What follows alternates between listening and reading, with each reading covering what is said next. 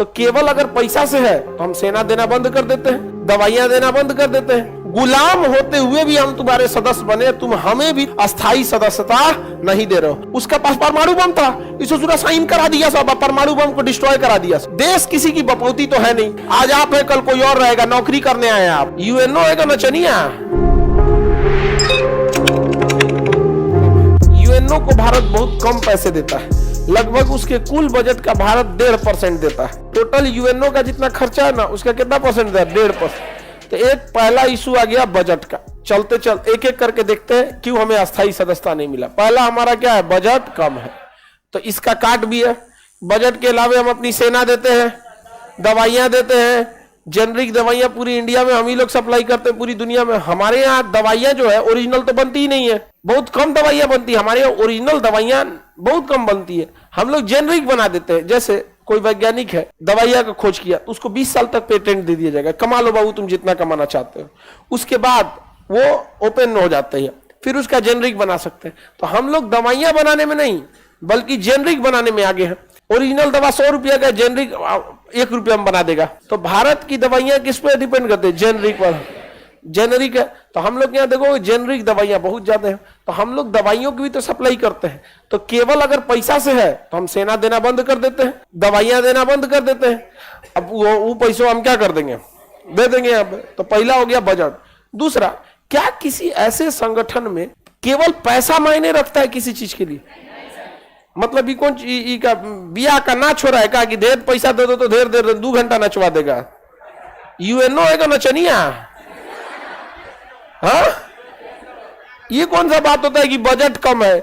मतलब कहना क्या चाहते हैं कि पैसा देंगे तो बजट यूएनओ के अस्थायी सदस्यता दे देंगे, उस हिसाब से तो सबको मिल जाना चाहिए जो भी पैसे वाले देश। तो ये या यूएनओ की कुछ कुछ क्या है, गड़बड़ियां है। आगे बढ़े तो पहला हो गया कि उसका कहना है कि बजट, पहला उसका क्या कहना है? बजट।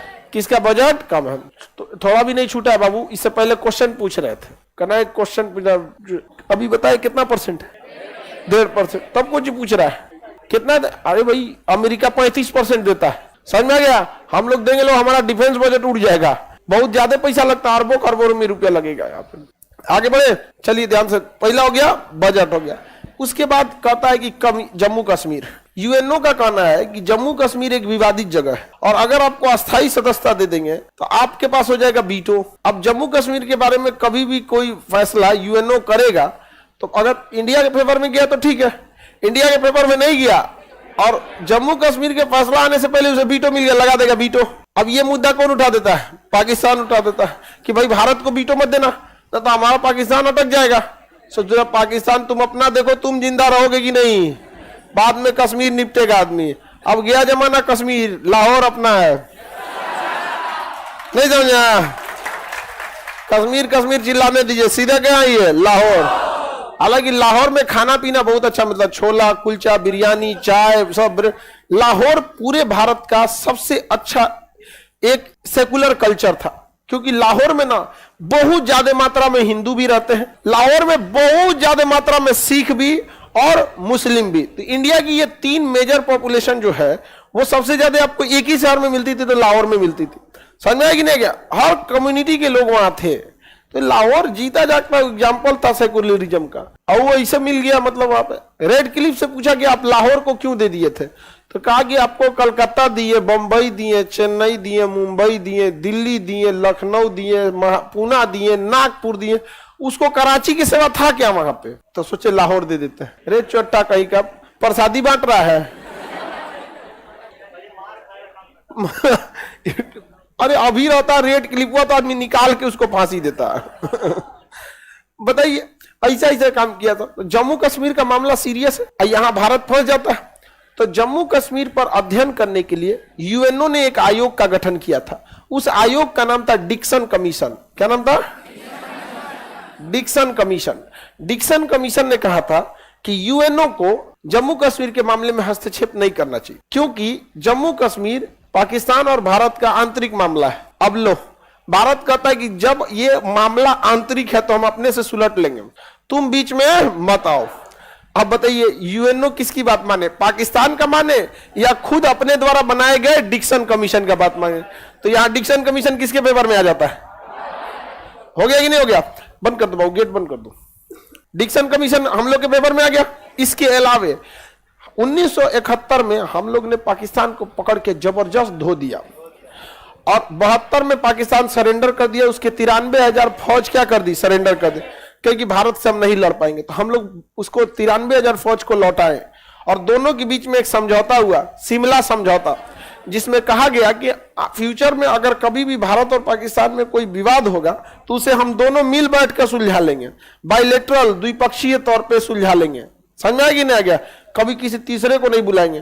तो भारत कहता है डिक्सन कमीशन की भी बात मानो, दूसरा शिमला समझौता की भी बात मानो। डिक्सन यूएनओ का है, शिमला समझौता पाकिस्तान और भारत दोनों के प्रधानमंत्री ने साइन किया यहाँ पे। तो जम्मू कश्मीर का तो मामले निपट गया। अब भारत कहता है कि जब यूएनओ की स्थापना हो रही थी, यूएनओ की स्थापना हो रही थी, तो 1945 में ही भारत यूएनओ का सदस्य बन गया था।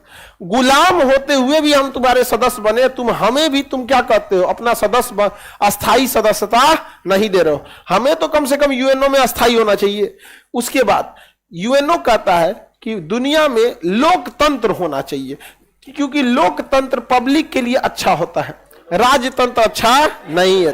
राजतंत्र में राजा जो बोल दिया वही हो जाता है, सर कलम कर दो, राजतंत्र हो जाएगा। तानाशाही और खराब होता है। चाइना में जो है, चाइना में क्या जी, साम्यवादी, साम्यवादी में पब्लिक से कोई नहीं पूछा जाता, जो पार्टी ने डिसीजन ले लिया वही ले लिया। सबसे अच्छा कौन होना है, लोकतंत्र। यूएनओ किसके बढ़ावा देता है, लोक। दुनिया का सबसे बड़ा लोकतंत्र कौन है, भारत। ससुरा तुम कहता है लोकतंत्र को बढ़ावा देना है, चोट्टा कहीं का दुनिया का सबसे बड़ा लोकतंत्र को तुम अस्थाई सदस्य नहीं बनाए हो, क्या बनाए हो, अस्थाई। और तुम तब क्या कहना चाह रहे हो? तो भारत यही बात कहता है कि तुम लोग कहना क्या चाहते हो यहाँ पर। तो पहला तो लोकतंत्र है, हम दुनिया के सबसे बड़े लोकतंत्र है, हम ही को तुम सदस्य नहीं बना रहे हो। ये तो पूरी तरह से क्या है, गलत बात है। यहाँ पर यूएनओ कहता है कि गुटबाजी करने से बेटर है यूएनओ पे भरोसा किया जाए। भारत किसी भी तरह का सैन्य गुटबाजी का सदस्य नहीं है। अमेरिका नाटो जैसे सैन्य गुटबाजी का है फिर भी अस्थाई है। ब्रिटेन नाटो का है फिर भी अस्थाई है। फ्रांस नाटो का सदस्य है फिर भी अस्थाई है। रूस ने भी बनाया था सेंटो सेना, वो भी क्या था, अस्थाई था। चाइना के साथ बना, चाइना भी मतलब उसी फेवर में जा रहा था यहाँ पे। तो भैया जब तुम कहते हो गुटबाजी नहीं होना चाहिए और गुटबाजियों वालों को रखे हो अस्थाई सदस्य में, दुनिया का पहला देश भारत था जिसका प्रधानमंत्री जवाहरलाल नेहरू ने पूरे दुनिया में गुट निरपेक्ष आंदोलन चला दिया कि किसी को किसी गुट में जाने की जरूरत नहीं है, और तुम उसी देश को अस्थाई सदस्य नहीं दिए हो। यह गलत बात है यहाँ पर। तो भारत यूएनओ के हर मामले को फॉलो करता है, एक जगह आके अटक जाता है। यूएनओ कहता है कि आप न्यूक्लियर नॉन प्रोफिलरेशन ट्रीटी साइन कीजिए, एनपीटी। क्या साइन कीजिए, एनपीटी, कि आप अपनी न्यूक्लियर तकनीक किसी को साझा नहीं करेंगे। भारत यहां भी नहीं फंसता, कहता है ठीक है ना, हमें किसी ने परमाणु बम बनाने का तरीका बताया है और ना हमने किसी दूसरे को बताया है। हमारे यहाँ के वैज्ञानिक खुद सीख गया सब, अब भड़का दिया सब। हम पाकिस्तान की तरह नहीं है। वहां का जाकिर खान था पाकिस्तान का वैज्ञानिक, वहां पे अब्दुल कादिर, जाकिर खान ने अब्दुल कादिर फ्रांस का था। फ्रांस में मतलब सीख उक लाया था। खैर पाकिस्तान ने भी डेवलप कर दिया, वो अपना बेच दिया एक दो जगह। हम लोगों ने ना ही टेक्नोलॉजी किसी दूसरे से ली है, ना ही हम अपनी टेक्नोलॉजी दूसरे को साझा किए हैं। हम पूरी जिम्मेदार देश है, पूरे जिम्मेदार नागरिक, हम इसी सुरक्षा कर सकते हैं। तो हम एनपीटी पे साइन नहीं किए, लेकिन एनपीटी को फॉलो करते हैं कि नहीं। वो कहता है सीटीबीटी पे साइन कीजिए, सीटीबीटी कॉम्प्रिहेंसिव टेस्ट, बहुत बड़ा परमाणु परीक्षण, कॉम्प्रिहेंसिव टेस्ट बैन ट्रीटी, बहुत बड़े परमाणु परीक्षण पर प्रतिबंध लगाती है ट्रीटी।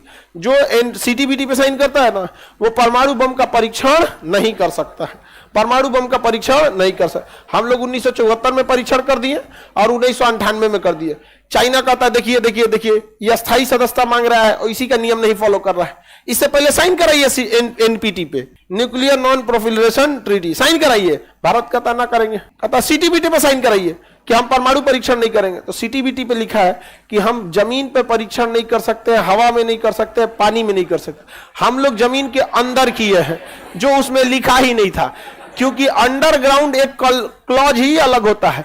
कि अंडरग्राउंड एक क्लॉज अलग होता है वहां पे, वो एक अलग दुनिया है, अंडरग्राउंड की दुनिया है यहाँ पे भूमिगत। तो हम लोग साइन ना एनपीटी पे किया ना सीटीबीटी पे किए, लेकिन एनपीटी और सीटीबीटी दोनों में से किसी को हमने उल्लंघन नहीं किया। तो आप कहिएगा कि सर क्यों नहीं तब साइने कर देते हैं कि जब हम एनपीटी पे साइन, जब हम एनपीटी कहता है कि ना ही आप किसी से परमाणु तकनीक लीजिएगा ना किसी को दीजिएगा, ना हमें किसी से परमाणु तकनीक लेने की जरूरत है ना देने की जरूरत है, तो हम इस पे साइन क्यों नहीं कर देते? और परमाणु परीक्षण की खुद ही यह अनुमति देता है कि आप भूमिगत परीक्षण कर सकते हैं, और हम लोगों ने भूमिगत परीक्षण करके उसका पावर को टेस्ट कर लिया है कितना तगड़ा है, तो हम साइन क्यों नहीं कर देते हैं? दिक्कत यहां यह है कि इस पर लिखा हुआ है कि इस पर साइन करने वाला देश यह स्वीकार करता है कि केवल 5 देश ही परमाणु बम रखेंगे जिनके पास वीटो है। तो हम इसको जैसे साइन करेंगे ना, तो हम ये स्वीकार करेंगे कि परमाणु हथियार रखने का अधिकार बस उन्हीं 5 देशों को है, अमेरिका, ब्रिटेन, फ्रांस, रूस, चाइना। तो इसे साइन करने के बाद निकले हैं, लेकिन जैसे साइन करेंगे तो हम ये स्वीकार कर लेंगे कि हम अपना परमाणु बम हटा रहे हैं। ससुरा अफ्रीका, साउथ अफ्रीका जो देश है ना, साउथ अफ्रीका, उसका पास परमाणु बम था, इसे सूरा साइन करा दिया सब, परमाणु बम को डिस्ट्रॉय करा दिया सब। ये अंग्रेज सबके भरोसे मत रहिएगा। तो भारत पे दबाव बनाया गया कि तुम साइन करो, दोनों पे साइन करो। क्या करो? दोनों पे साइन करो, तब हमें तुम्हें अस्थायी सदस्यता देंगे। अब देखिए कौन ची हंस रहा है, ये बकले लिया, इधरों से हंस रहा है सब, उधरों से हंस रही है।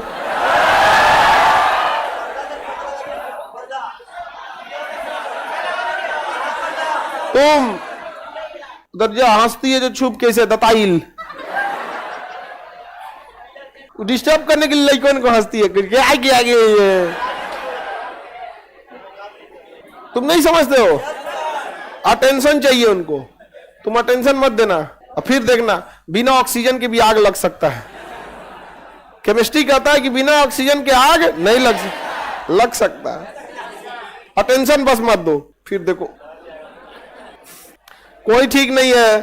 बबनी का कहना है कि मैं सर अगर इस पे हम साइन कर दिए इन दोनों पे तो अस्थाई मिल जाएगा कि नहीं मिल जाए? अस्थाई मिलेगा कि नहीं मिलेगा अलग बात है, क्या भरोसा इन चोटों का? हम ये क्यों स्वीकार करें कि चाइना रख सकता है हम नहीं, रूस रख सकता है हम नहीं, रखेंगे हम अस्थाई सदस्यता। हमें कौन सा घटल है अस्थाई सदस्यता बिना? हमको जहां जरूरत है रूस मारिए देता है, नहीं समझे? तो हमें कौन मारो कल बिना खाए को घटल है, जहां जहां जरूरत है वहां कौन मार देता है? रूस। ये उसके लिए दिक्कत है जिसको कोई नहीं है आगे पीछे, नहीं समझ में? दुनिया में तो हम लोग बना के रखे हैं इतना, हमारे लिए फ्रांस मार देता है वीटो, फ्रांस। सही में आपको मोदी जी से कहेगा तनी और राफेल खरीद लीजिए ना। नहीं समझे? दुनिया में कोई किसी का देश किसी की बपौती तो है नहीं। किसकी बपौती? जो प्रधानमंत्री है उनका अपना घर का देश थोड़े है। आज आप है कल कोई और रहेगा, नौकरी करने आए हैं आप, संविधान ने आपको 5 साल के लिए नियुक्त किया है, आप इसको अपना मत समझिए, नहीं समझे? तो और फ्रांस भी हम लोग के लिए क्या मार देता है वीटो, तो हमारा कौन मार घटल है? कोई इसके लिए घटल थोड़े जा रहा है। अब बताइए हम एनपीटी पे साइन नहीं करेंगे, फंस जाएंगे। सोच रहा हम कभी स्वीकार करके देंगे कि बाकी 5 गो आप परमाणु बम रखिए, हम लोग नहीं रखेंगे। अच्छा अब भारत का कहना है कि आप क्यों रखेंगे, बाकी क्यों ना रखें? उनका कहना भी एक तरह से लॉजिकल है कि देखिए अगर सबके पास परमाणु बम होने लगे तो छोटे छोटे लड़ाई में छोटे देश जिम्मेदार नहीं होते हैं, मार देंगे से धड़ धड़ धड़ धड़ कहीं उड़ जाएगा, दिक्कत हो जाएगा। तो जो जिम्मेदार देश थे जो 1974 से पहले परमाणु बम बना लिए वो रख सकते हैं। वो सब देखा सब कि 1974 तक सब बना लिए, सब उससे पहले रख सकते हैं, सबको हम कैसे छूट दे सकते हैं? तो भारत का कहना है कि आखिर 74 तक डेडलाइन दिए है ना, उसको 75 कर दीजिए, हम भी उसी में चलाएंगे। हम भी उसी में चलाते हैं। तो कहता है कि ना ना ना ना तुमको नहीं देंगे, हम यहाँ पे तुमको नहीं देंगे। तो भारत का कहना है कि हम एनपीटी और सीटीबीटी दोनों पर साइन करने के लिए रेडी हैं। हमारा बस 2 बात है, या तो इसमें कह दीजिए कि हम परमाणु बम रखेंगे जैसे बाकी सब रखें, या तो आप इसमें कह दीजिए कि ना हम रखेंगे ना दुनिया का कोई सदस्य रखेगा, हम परमाणु बम नहीं रखेंगे तो दुनिया में और भी कोई नहीं रखेगा। समझ में गया कि नहीं गया? भारत साफ कह देता है। इसके अलावा यहां भारत कहता है no first use, no first use, Bharat कहता है कि देखिए हम पहले परमाणु बम नहीं चलाएंगे, इसका मतलब कि हम उस देश पर भी नहीं चलाएंगे जिसके पास परमाणु बम नहीं है, क्योंकि जब परमाणु बम नहीं है तो परमाणु मरबो नहीं करेगा।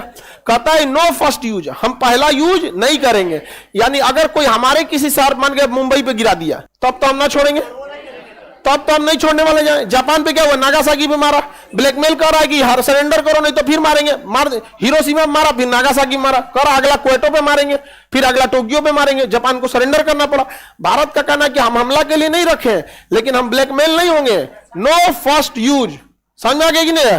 नो फर्स्ट यूज, हम पहला यूज नहीं करेंगे, लेकिन अगर कोई हमारे ऊपर यूज कर दिया तो हम उसको यूज एंड थ्रो कर देंगे।